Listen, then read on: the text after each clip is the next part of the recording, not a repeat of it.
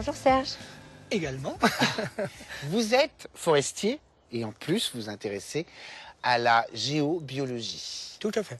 Vous pouvez nous expliquer de quoi il s'agit? Alors je dis forestier parce que j'ai quand même plus de 32 ans dans les bois, donc je sais un peu à quoi ressemble un arbre.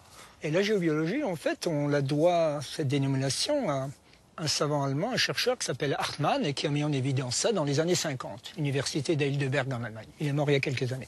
Alors c'est quoi la géobiologie? C'est l'étude des éléments du sol qui ont une influence sur le vivant. Le vivant étant les arbres, les animaux et nous.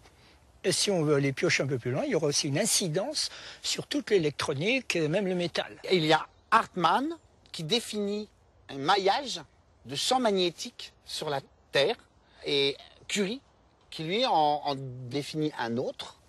Expliquez-nous comment ces maillages, ce que sont ces maillages et comment ils fonctionnent. Le réseau Hartmann, c'est quoi? Des lignes d'onde, chez moi, chez vous, dehors, dedans. Comme un filet de pêcheur qu'entoure la planète. Et ces mailles de filet font 2 mètres.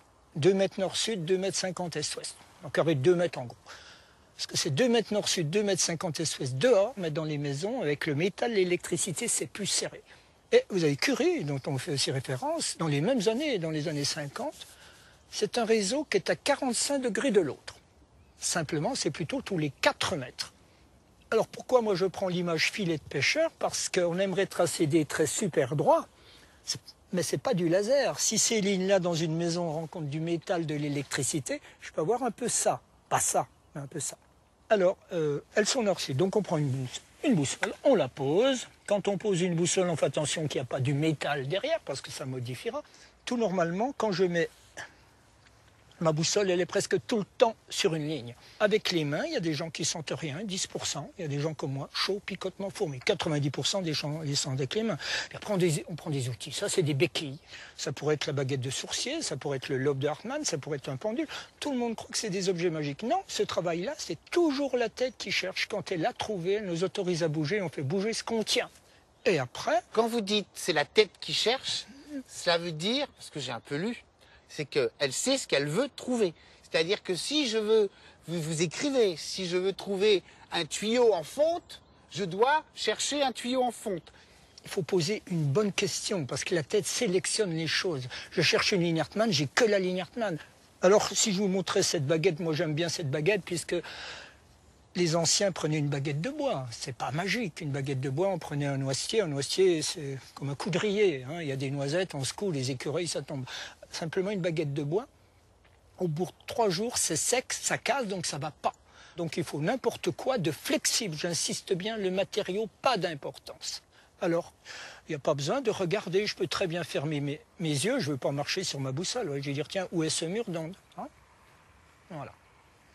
Alors là, je vous donne ce mur Hartmann. Je vais dire où est l'autre, à peu près dans les 2 mètres. Donc, on marche doucement. On ne fait pas des grands pas. On va dire, tiens, où est ce mur d'onde?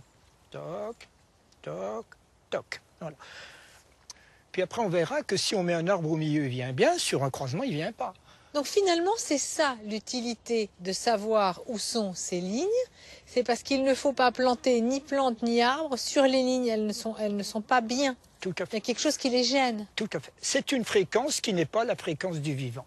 Certains géobiologues vous disent que les lignes ne sont pas gênantes, il y a seulement les croisements. Et moi, à l'inverse, je dis toutes les lignes sont fragilisantes et les croisements un peu plus.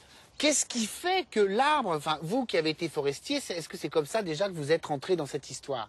Est-ce que vous vous amusiez ou pas à vérifier des choses dans vos forêts? Donc j'ai bien vu que tous les arbres qui sont sur croisement, ils sont doubles. 1 tronc, 2 troncs, 3 troncs. Hein, et que ceux qui sont au milieu, ils sont uniques. Puis après, j'ai bien vu où logeaient, par exemple, les sangliers, leurs bauges, elles sont au milieu. Donc, il y a ça. Puis après, on voit les taupes, et puis après, on voit les chats, puisque les animaux se mettent tous au milieu, sauf le chat, les fourmis, les hirondelles. T'es embêté maintenant. Et quand le jardin est déjà fait, qu'est-ce qu'on fait? C'est une autre histoire. Non, non, je regarde. Les fourmilières sont toujours sur ce croisement. Pour vous donner un exemple, il y a un enseignant qui m'a appelé le printemps dernier. Il me dit, votre plaquette m'a appris quelque chose. Quoi donc?